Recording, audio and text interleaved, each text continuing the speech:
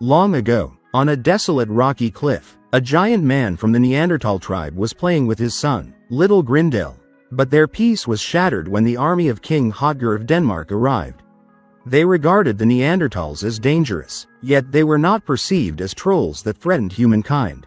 The father quickly hid his son behind the cliffs, but mercilessly, he was slain by sword, torch, and arrow, and fell into the abyss. Rodgar caught sight of young Grindel hiding but let him go, convinced the boy would die on his own. Terrified, Grindel crept to his father's corpse, severed the head, and kept it as a vow of vengeance. Years passed, and fate had other plans. Grindel grew strong and mighty. He still kept his father's head as both a reminder and a release for his fury. Whenever grief overtook him, he would climb the hill and strike the skull with stones to fuel his thirst for revenge. One night, he crept into the village ruled by King Hodger and slaughtered the soldiers one by one until he reached the royal hall. The next morning, King Hodger was horrified to see the hall filled with dismembered bodies and missing heads. Meanwhile, far away in the land of Gretland, a legendary warrior named Beowulf had just returned from war. He was known for his unmatched strength, though he often carried himself humbly, treating battles as if they were mere games. One night, while he and his men celebrated victory, dreadful news came from Denmark. A troll was massacring people in the kingdom. With confidence, Beowulf volunteered to help, vowing to slay the creature and return victorious for the sake of his comrades. The next day, Beowulf set sail with his men toward Denmark. The journey was perilous. At one point, pale white hands emerged from beneath the sea, as if trying to drag them down. Yet Beowulf pressed on, fearless.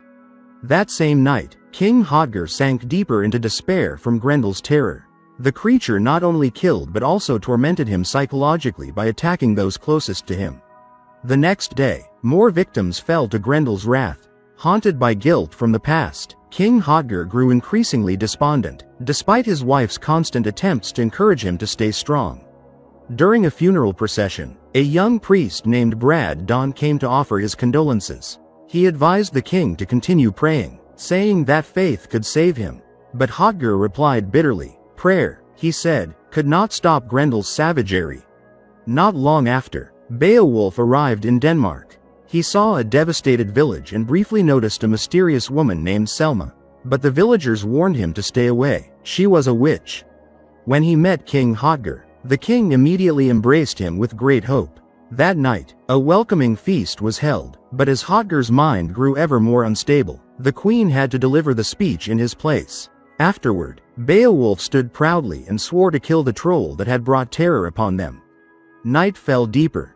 Beowulf and his warriors stood guard. Outside, Grendel approached the village. He briefly encountered the praying priest, Brad Don. Strangely, Grendel only sniffed him and did not attack, as if realizing that prayer posed no threat. Soon after, he reached the hall, but from behind the doors, he sensed a different kind of human scent. Instead of attacking, he simply urinated and left, leaving the prepared soldiers bewildered.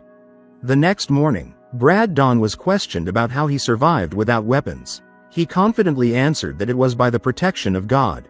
His response amazed Beowulf and his men.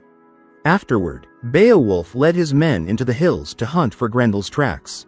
Along the way, they nearly perished in a trap of wooden spikes made from deer antlers. There, they realized Grendel was not merely a savage troll. He was intelligent. They continued their pursuit into the snow plains, but due to a lack of supplies, they decided to turn back.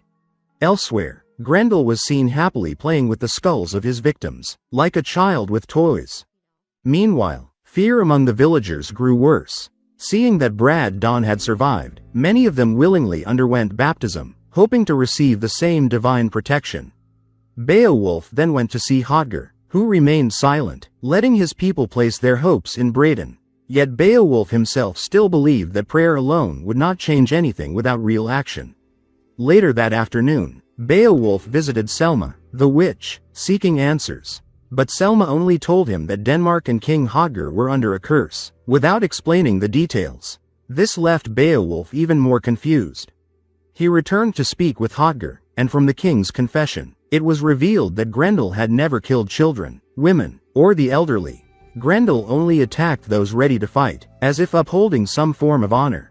That fact made Beowulf even more curious about the true reason behind all the terror. Hroðgar even mocked him, suggesting Beowulf was starting to believe the nonsense of Selma the witch. When night came, noises were heard again outside the hall. All the soldiers quickly prepared to attack, but once again, they found nothing. Grendel only appeared briefly from the shadows and then fled. The next day, Beowulf went to see Selma again. There, Selma performed a divination ritual to reveal the truth that had long been hidden. But before she could finish, a strange sound echoed outside. Beowulf immediately ran out and caught sight of Grendel, who quickly fled toward the mountains. Beowulf gave chase on horseback, but Grendel managed to climb up a cliff. From above, he spoke in a language Beowulf could not understand. Fortunately, Selma translated. It was then revealed that Grendel had no intention of killing Beowulf because he was not a Dane. But Beowulf, angered, declared that he was born on this land. Grendel only threw small stones at him and disappeared. On their way back, Beowulf questioned Selma again about why Grendel was often seen near her hut. Selma explained that she liked Grendel because ever since the troll appeared, no man from the village dared to disturb her again. Beowulf began to realize that Grendel had a past and a personal reason for killing the villagers, not merely blind savagery. After that, Beowulf met with Hroðgar again. He believed that Grendel was simply waiting for a moment of weakness to strike once more. Hroðgar admitted this was likely true, especially since his own body was growing frail and sickly. His pain had made him resigned to fate, and eventually he accepted baptism from Pastor Braden. Sometime later, Beowulf found several village children throwing stones at a man. They accused him of bringing bad luck, of being the reason Grendel had come. Beowulf quickly stepped in to save him, and in gratitude, the man revealed the location of the cave where Grendel lived, something he had kept secret all this time. But after his baptism, he finally found the courage to speak. Beowulf and his men then set sail toward the hill that concealed the cave. One of the soldiers tried to climb down but nearly fell, as the cliffs were too steep. They finally decided to leave, thinking no one could live in such a place. But before leaving, one soldier urinated on the cliff, offending the man who had shown them the way. On the journey back, Beowulf spotted a small child hiding in another cave. Though only he noticed, a pale white hand suddenly emerged from the water and pulled the same soldier, the one who had urinated on the cliff, into the depths. Fortunately, his comrades managed to save him in time. That night, while the soldiers relaxed and joked around, Beowulf couldn't stop thinking about the child he had seen. He struggled to sleep, haunted by visions of that child holding a sword every time he closed his eyes. The next morning, they were shocked by the news that the man who had shown them the way to Grendel's cave had been found dead. Upon hearing the news, Beowulf and his men immediately set out for the cave, fully prepared. This time, they managed to enter, but a horrifying sight awaited them.